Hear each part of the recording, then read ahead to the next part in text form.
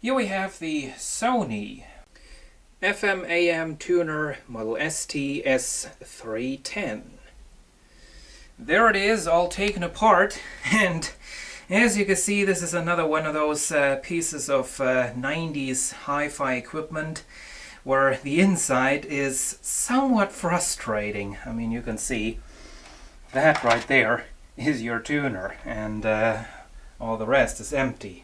Tiny little transformer right there, and a bit of a surprise with that one. This is a Sony tuner, but they are using a Matsushita transformer, and that is kind of weird because those two companies have been fighting against each other for many years. And there is the front panel with all the controls right there, all taken apart. That's the tuning knob. It's just a digital pulse sending unit, whatever you want to call that. There's the display, and the display and this front circuit board reveals a feature that this one doesn't have.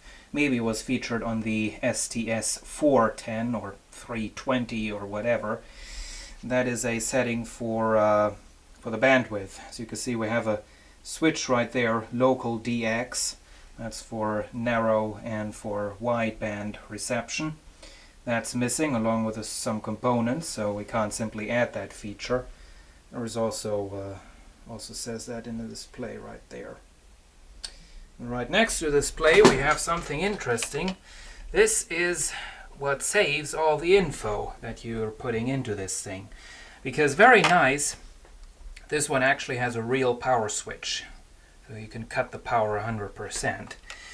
And as a memory backup power source, it uses this. Now this looks like a battery, but what this is it's a 0.22 farad capacitor. 0.22 farad, 5.5 volts. Right there. And that keeps the memory going for quite a while, I'd imagine. There it is. Then we have the inside of the unit. And to take the circuit board out, I actually had that out, and I redid a lot of solder joints in this tuner, right there and underneath there, and also on this circuit board right here, for example, all the connections for the display. Now to get this circuit board out, you have to detach the whole entire back panel. You can't just take the screws of those connectors out, because nice solution, kind of typical for 90s equipment. They're just not thinking about this kind of stuff anymore. As you can see, one of the screws for this terminal has been soldered in, right there, for the ground connections. They could have done that in another way, and then it would have been possible to completely remove the circuit board. But no, you put a bunch of solder on the screw so that you can't get it out anymore. Oh well. Anyway, I'm pretty much done doing all the cleaning. This unit was pretty filthy, and of course that's another thing with modern equipment. You can't get it a 1000% clean anymore. It still has some spots on this, and I can't get those off anymore. Like around the power switch, you might be able to see that. But anyway, now I want to put this back together. Now we are going to have another look. And there we have the faceplate back in its place. Looking pretty good. Still with that classic Sony sticker down there. And this has one of those, already said that, one of those infinite turning digital sensors for the tuning. But the nice thing is, Sony gave you a thick, massive aluminum knob. So you do get this kind of classic analog feeling, which is really nice. I don't think, although it certainly does look that way, I don't think this unit was all too much of a cheap thing. Also has a massive metal faceplate. That's another nice thing about this. I do, by the way, have the matching amplifier, but that doesn't work for whatever reason.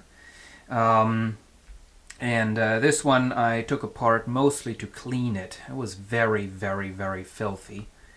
So that really needed to be cleaned. But it is looking pretty good now. And as you can see, the display is in very good condition. I think the camera isn't focusing on that properly, but it is very sharp, looking like new. Very bright. So that's nice.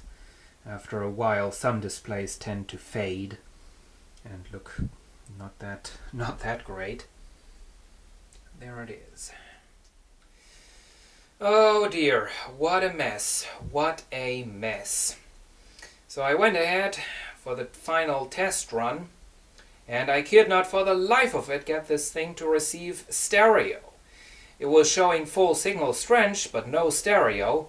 Well, it turned out it was a case of me being impatient and Sony being not stupid, but I don't know. It just doesn't seem to be logical to me. You're paying for a stereo tuner, and when you plug it in, the default position is mono. Now, since I hadn't had this thing plugged in quite a while, the capacitor was discharged. It was still in the default position, mono. Mono muting off, and you have to turn the muting on in order to get stereo reception. Same stupid setup as on my Marantz receiver that I had years and years ago. So that was kind of an annoying thing, because very unfortunately, very impatiently, I went ahead and started turning those regulators on the board. So well, a perfectionist would have to go ahead and do an alignment of the tuner. Now, well, I'm not going to do that because I don't have the professional test equipment that I would need in order to do that. It does get reception. I don't think I messed anything up terribly bad. So, oh well. Now, the one regulator that you can turn without messing up anything is this one right there. This is the FM signal strength meter adjustment, and the signal strength meter is also linked to the muting circuitry. Once a signal strength meter shows a certain level, the tuner goes ahead and unmutes. And so you can basically do a bit of a custom setting there and adjust the tuner so that it'll only unmute at stations that are strong enough. And in this case, I found out that it would also already unmute on very, very weak signals that weren't even listenable in mono. So I adjusted that, and now that is working the way I want it to work.